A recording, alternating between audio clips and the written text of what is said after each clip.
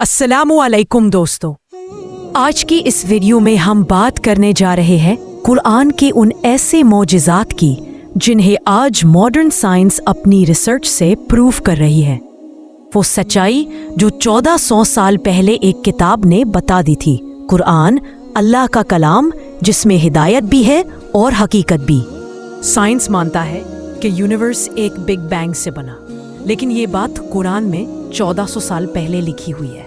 अल्लाह ताला सूरा अल अंबिया आयत 30 में फरमाता है, क्या काफिरों ने नहीं देखा कि आसमान और जमीन एक साथ बंद थे, फिर हमने उन्हें फाड़ कर अलग कर दिया।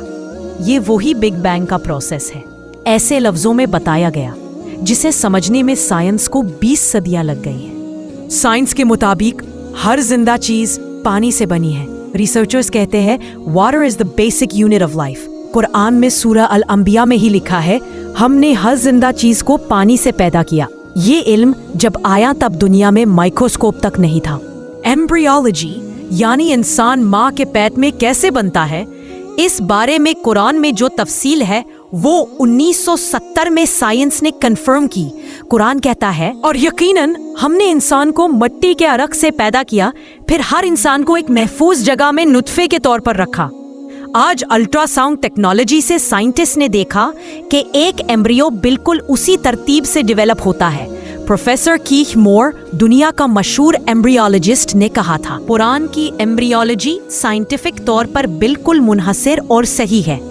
कुरान कहता है कि पहाड़ जमीन को हिलने से रोकते हैं। साइंस में बाद में ये बात डिस्कवर हुई कि माउंटेन्स के नीचे बहुत गहरी रूट्स होती है जो अर्थ को स्टेबलाइज करते हैं। The same concept mountain roots जो कुरान ने पहले ही बता दिया। कुरान बताता है कि गहरी समुंदरी सतह पर अंधेरा होता है और लहरों के नीचे लहरें होती हैं। 1400 साल पहले कोई इंसान इतनी गहराई में जा ही नहीं सकता था, मगर आज ओशनोग्राफी प्रूव करती है कि डीप सी लेयर्स और मल्टीपल डार्कनेस जोन्स वाकई मौजूद हैं। दोस्तों, कुरान कोई साइंस की किताब नहीं, मगर इसमें वो सच्चाइयां हैं जिसे साइंस बाद में समझती है। अल्लाह का कलाम, हिदायत का नूर। अगर हम सिर्फ उसे समझ लें तो जिंदगी बदल सकती है। अगर वीडियो पसंद आए, लाइक और शेयर करें। अल्लाह सबको हिदायत दे। आमीन।